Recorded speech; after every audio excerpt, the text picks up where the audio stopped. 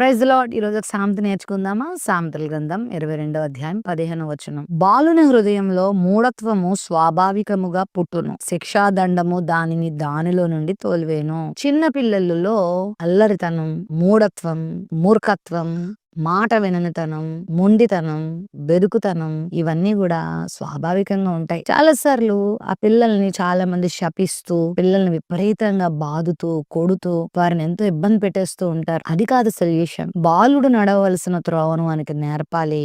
ఆ శిక్షాదండంలోనికి వాడిని తీసుకురావాలి. వాడికి క్రమశిక్షణ నేర్పాలి. ఈ పని చేస్తే నీకు ఏ మేలు కలుగుతుందో, నువ్వు ఎలా నష్టపోతావో వాడికి చక్కని విధానాల్లో తెలియచేయాలి. పొరపాటు చేసినప్పుడు చిన్నపాటి శిక్షా దండాలు ఉపయోగించాలి. బుద్ధి వచ్చేటువంటి విధానాల్లో ఆ బాలునికి మనం బుద్ధి చెప్పాలి. కానీ భయంకరమైనటువంటి శిక్షలు విధించి, కొట్టి, హింసించి, బాధించితే వారి సృష్టికర్త అయిన ప్రభువు ఊరుకోడు. బాలునిలో మూఢత్వం స్వాభావికంగా ఉంటుంది. చాలా సార్లు పిల్లలు కొన్ని తప్పుడు పనులు చేస్తా ఉంటే మరి చాలా బాధపడిపోతూ ఉంటారు. వాళ్ళని అవమానిస్తూ ఉంటారు, వాళ్ళని శపిస్తూ ఉంటారు. ఎందుకు పుట్టావరా, ఎందుకు ఇలాంటి వాళ్ళ తయారయ్యవరా అని చాలా సార్లు మరి ఆ బాలుల్ని ఇబ్బంది పెడతా ఉంటారు. వాళ్ళకి స్వాభావికంగా ఉంటుంది. కొన్ని దొంగ పనులు, కొన్ని అబద్ధాలు, కొన్ని చెడ్డ పనులు, కొన్ని మూర్ఖపు పనులు, కొన్ని తొందరపాటు పనులు చేసేసి చాలా నష్టాలు కలిగిస్తారు. కాబట్టి వాళ్ళని చిన్న వయసు నుంచే దైవికమైన క్రమంలో మనం పెంచాలి. శిక్షాదండాన్ని ఉపయోగించాలి. మా తల్లిదండ్రులు కూడా చిన్నతనంలో మమ్మల్ని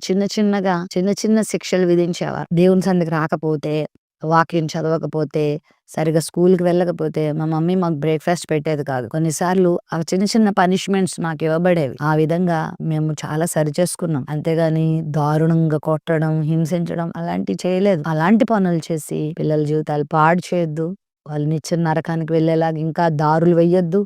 నిత్య జీవాన్ని కోల్పోకుండా మనం చూడాలి.